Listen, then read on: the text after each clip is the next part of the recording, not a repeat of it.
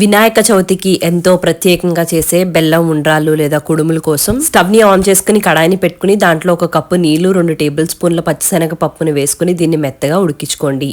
ఇలా ఉడికిన తర్వాత దీంట్లో ఉన్న నీళ్లను చూసుకుని దాన్ని బట్టి నీళ్ళని పోసుకోవాలి.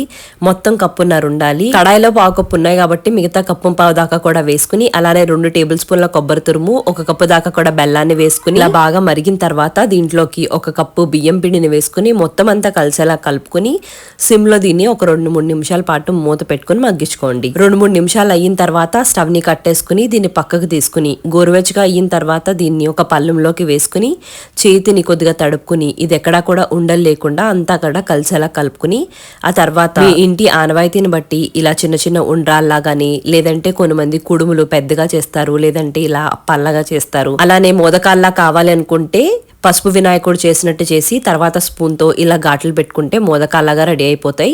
అదేవిధంగా కుడుములు చాలా మంది ఈ షేప్లో కూడా తయారు చేస్తారండి. అన్నీ కూడా ఒక ఇడ్లీ రేకులో పెట్టుకుని ఆవిరి మీద 10 నిమిషాల పాటు సిమ్ టు మీడియం ఫ్లేమ్ మీద ఆవిరికి ఉడికించుకోండి. 10 నిమిషాలు అయిన తర్వాత స్టవ్ని కట్టేసుకుని మరొక 5 నిమిషాల పాటు పక్కకు పెట్టుకుని తర్వాత తీసేసుకుంటే పర్ఫెక్ట్గా కుడుములన్నీ కూడా రెడీ అయిపోతాయండి. ఒకదాని మీద ఒకటి వేసేసినప్పటికీ కూడా చాలా ఈజీగా అతుక్కోకుండా ఊడొచ్చేస్తాయి. నచ్చితే లైక్ అండ్ ఫాలో చేయడం మర్చిపోకండి.